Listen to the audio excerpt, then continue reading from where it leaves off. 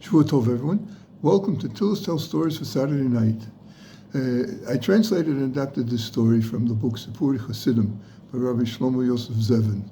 He was a great Torah scholar in the earlier part of the 20th century, the first chief editor of the Talmudic Encyclopedia. He was the author of many books on Torah topics, deep topics of Torah law. And then he also troubled himself to compose a large collection of Hasidic stories. Think about that. One of the greatest scholars of the century, bothering himself to write what in English became a 4-volume set of Hasidic stories. And the title of the story is Separating Gold, Silver, and Copper. This is a little connection with the Torah portion we read today, in that it involves helping poor people, but it's mainly connected to the Torah story of the New Week, where in the 3rd verse it talks about gold, silver, and copper as being the first of the 13 or 15 elements that were donated to in order to build the holy sanctuary, a traveling sanctuary in the desert.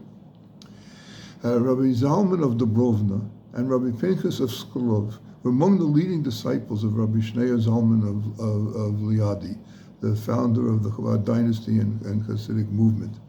And they both were outstanding in their scholarship, in their piety, and in addition they were both wealthy and exemplary in generously sharing their wealth with the flood of poor people who beseeched them. They were also quite humble.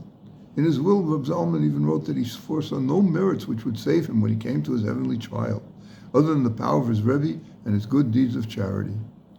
This Reb Zalman used to keep the money he had available for charitable distribution in 3 containers, one of gold coins, one of silver coins, and the 3rd for copper coins. When a poor person would come to his house and request from him a donation, he would first make a quick evaluation about which pile of coins it was appropriate to take from for this particular petitioner. Then he would dip his hands, and then he would dip one hand into that box, remove a quick fistful, and give the entire contents to the waiting man. Rav Pinchas heard that Rav Zalman had a wondrous manner of donating to the poor, so he decided to journey to visit him and hopefully pick up a few tips about how to improve his own methods of giving tzedakah, charity, help for the poor. Afterwards, at his next opportunity to speak to the Alter Rebbe of Chabad, he told him they had learned a new way of distributing tzedakah from his visit to Rab Zalman.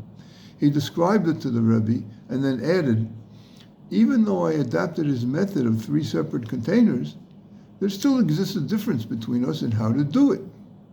When Zalman gives the poor man the fistful of coins, he doesn't even bother looking to see how much he is giving.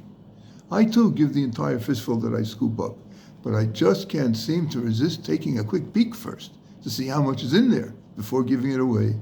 I have not yet attained the level of Reb Zalman of Skolov."